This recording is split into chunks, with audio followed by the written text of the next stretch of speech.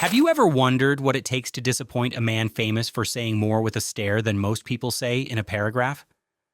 Clint Eastwood built his legend on discipline, control, and quiet intensity. But behind the cameras, behind the squint and the gravel voice, there were stories. Stories of dates that ended abruptly, of perfume that lingered too long, of standards that, according to insiders, were as rigid as any script he ever directed. Sandra Locke. When Clint Eastwood met Sandra Locke on the set of The Outlaw Josie Wales in 1975, the chemistry was immediate. She became more than a co-star. She became his long-term partner, appearing in multiple films he directed and shaping a significant chapter of his personal life. But behind the creative partnership, like those who worked around them, described subtle tensions rooted not in betrayal or scandal, but in routine. Eastwood has long been known for discipline bordering on ritual, early rising, immediate grooming, structured workouts, clean diet, minimalist wardrobe. According to a former assistant who observed the couple during the late 1970s, Clint believed mornings defined order. He shaved before breakfast, showered before sunrise. Presentation came first. Locke, by contrast, embraced a softer rhythm. She often eased into the day, coffee, conversation, scripts spread across the table before stepping into full preparation.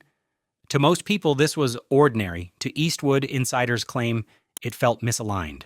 One crew member recalled that during location shoots, Clint would quietly request separate dressing areas earlier than necessary. Not dramatically, not angrily, just calmly. Windows cracked open in trailers, extra time between shared spaces. The issue wasn't neglect, it was expectation. Eastwood valued what he considered readiness, fresh, composed, fully prepared at any hour. Locke prioritized comfort before performance. Over time, those small differences became symbols: structure versus spontaneity, precision versus ease. Their relationship endured for years, but insiders suggest these quiet frictions reflected deeper incompatibilities. For a man whose life revolved around control, even minor deviations from routine carried weight far beyond the surface. Tanya Tucker. When Clint Eastwood briefly dated country music star Tanya Tucker in the early 1980s, the pairing felt almost cinematic. She was electric, bold, charismatic, unpredictable. He was reserved, disciplined, famously economical with both words and expression. The contrast fascinated entertainment reporters at the time. But according to people who moved in their orbit, the differences extended beyond personality. They were sensory. Eastwood has long been described as a minimalist in his personal habits. Neutral wardrobe, clean lines. If he wore cologne at all, it was subtle enough to go unnoticed. A former studio publicist who coordinated appearances during that period once characterized him as highly scent-aware. He disliked environments that felt saturated, heavy perfume, dense smoke, fragrances that lingered in fabric or air long after an event ended. To him, presence should be controlled, never overwhelming. Tucker's stage persona was the opposite of restrained. She favored bold fashion, dramatic styling, and signature fragrances that made an entrance before she did. A crew member who accompanied Eastwood to several public events recalled Clint quietly remarking, half in humor, half in principle, that fragrance should never do the talking for you. He didn't confront, he didn't lecture. Instead, observers noticed behavioral tells: a jacket removed earlier than necessary, a window lowered even in mild weather, social outings that ended sooner than planned. For Eastwood, scent symbolized balance, an extension of composure. For Tucker, it was expression, an extension of personality. Neither approach was wrong, but they occupied opposite ends of the spectrum. Their relationship faded not in scandal, but in subtle retreat. Insiders suggest it wasn't one decisive moment, but accumulated differences in rhythm and sensory comfort. And when Clint felt his environment tipping toward excess, he instinctively stepped back into quieter air. Maggie Johnson. Clint Eastwood married Maggie Johnson long before he became a cultural monument, before the Oscars, before the director's chair defined him, before his name alone could anchor a production. Their marriage began when he was still climbing, still proving himself, still building the disciplined persona that would later become inseparable from his identity. And according to those who observed them closely, that discipline didn't stop at the studio gates. It followed him home. Friends described Eastwood as methodical in domestic life. He rose early, often before sunrise. Grooming was immediate, not delayed. Shower first, shave next. clothes selected with intention, even on quiet mornings. A longtime acquaintance once said Clint believed a man should begin the day assembled. To him, readiness wasn't vanity, it was self-respect. Order created momentum. Presentation signaled purpose. Maggie Johnson, by contrast, leaned into a softer start. Coffee before cosmetics, conversation before composition, a gradual unfolding into the day. In most households, that difference would barely register, but for Eastwood, insiders suggest, preparedness was symbolic. He equated being fully put together with being fully present, and being fully present meant taking the day seriously. There were no loud disputes, no dramatic ultimatums. Instead, small patterns formed, Clint taking early solo walks while the house was still waking, separate preparation spaces before formal events, offhand comments about starting clean before stepping into the world. The tension wasn't about literal hygiene, it was philosophical, structure versus ease, ritual versus spontaneity, precision versus warmth. Over time, those daily rhythms mirrored larger emotional distances. Eastwood's life revolved around control, discipline, and measured timing.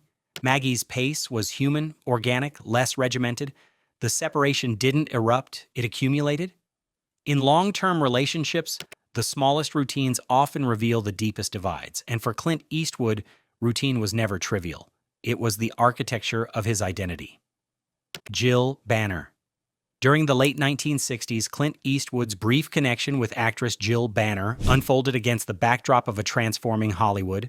The rigid studio polish of the 1950s was dissolving.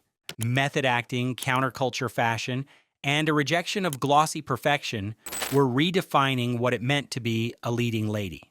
Authenticity was becoming more valuable than immaculate presentation. Natural beauty was replacing carefully constructed glamour. Banner reflected that generational shift. She favored minimal makeup, relaxed hair, and an understated wardrobe that felt effortless rather than engineered. Those who encountered her socially described a woman comfortable in her own skin, uninterested in performing refinement off camera. There was no deliberate rebellion in her style, just ease. Eastwood, however, had been shaped by an earlier system.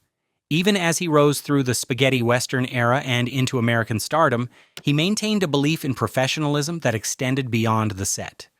According to a casting coordinator who observed the pair at industry events, Clint admired what he once described as a finished presence. That didn't mean heavy cosmetics or exaggerated glamour. In fact, he disliked excess, but he respected deliberate preparation, clean lines, subtle grooming, neutral scent, composure that suggested intention. Banner's fluidity sometimes contrasted with that philosophy. She might arrive at gatherings understated, even casual by Hollywood standards of the time. Insiders suggest those small aesthetic differences unsettled Eastwood more than he outwardly acknowledged. He rarely criticized, he rarely confronted.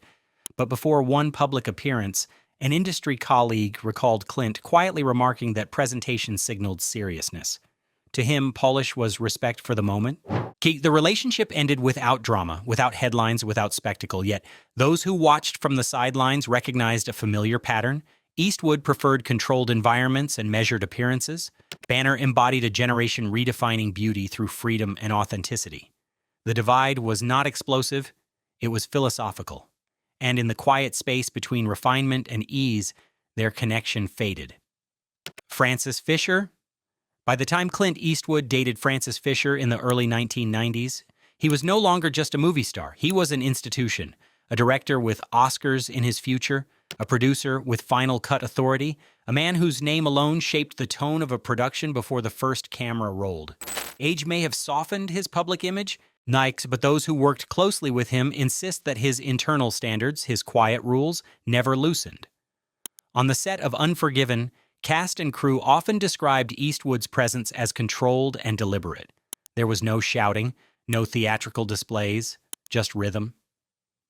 Days started early. Scenes were rehearsed efficiently. Wardrobe remained understated. Crisp shirts, neutral tones, boots polished but never flashy.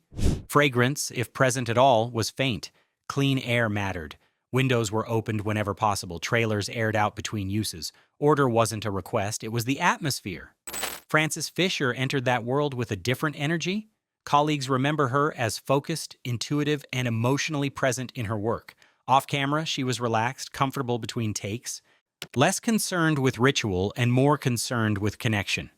A former production assistant recalled subtle adjustments rather than arguments, slight delays before events, shifts in preparation timing, moments where Clint would already be dressed and waiting while Fisher finished getting ready at her own pace. Eastwood reportedly preferred to feel prepared long before he stepped into public view, even for something as simple as dinner. Ready at all times, an insider claimed he once said.